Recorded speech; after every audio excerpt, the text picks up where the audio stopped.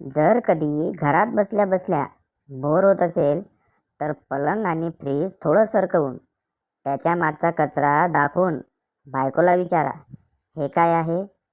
त्यानंतर पूर्ण दिवस कसा निघून जाईल ते कळणार पण नाही.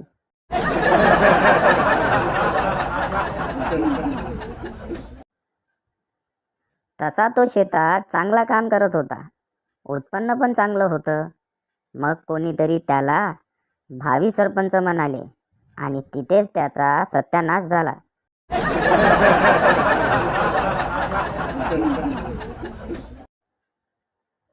महाराष्ट्राची क्रीडा क्षेत्राकडे वाटचाल, दहीहंडीला खेळाचा दर्जा, शासकीय नोकरीत 5% कोटा, हे बघून रात्रंदिवस MPSCचा अभ्यास करणारे कोमात गेले असतील.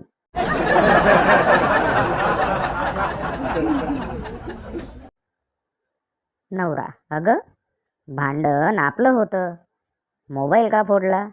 बायको, तो असल्यावर तुम्ही मला ढुंकूनही पाहत नाही.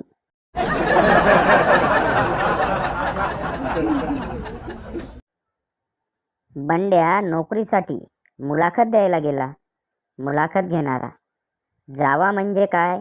बंड्या, सर, 2 भावांच्या बायकांना जावा म्हणतात.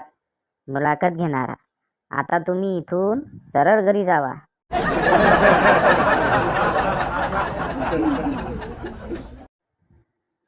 सुंदर पोरी अभ्यास का करत नाहीत? कारण त्यांना माहिती असते की जगाच्या पाठीवर कुठेतरी एक गाढव नक्की आहे, जो डॉक्टर किंवा इंजिनियर होऊन तिचे लाड पुरवण्यासाठी राब राब राबतोय.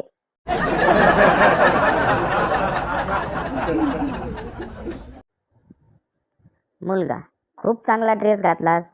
मुलगी, अय्या खरंच? मुलगा, लिपस्टिक पण चांगली आहे. मुलगी, थँक्यू. मुलगा, मेकअप पण खूप चांगला आहे. मुलगी, थँक्यू भैया. मुलगा, कमाल आहे.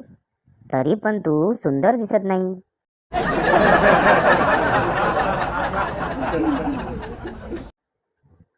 पप्पूने रेडिओ मिरचीला फोन लावला.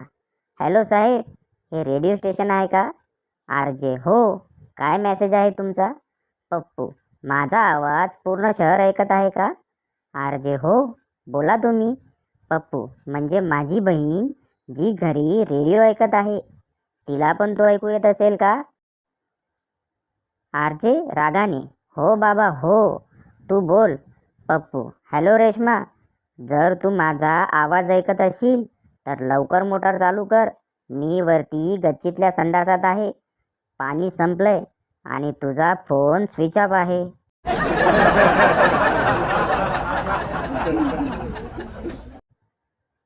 मंग्या चिंगीला घेऊन बागेत बसला होता. चिंगी लाडात, जानू, असं काहीतरी बोल ना की माझ्या हृदयाची धडधड वाढेल, मन बेचैन होईल. मंग्या, पळ लवकर, तुझा टकला बाप येतोय.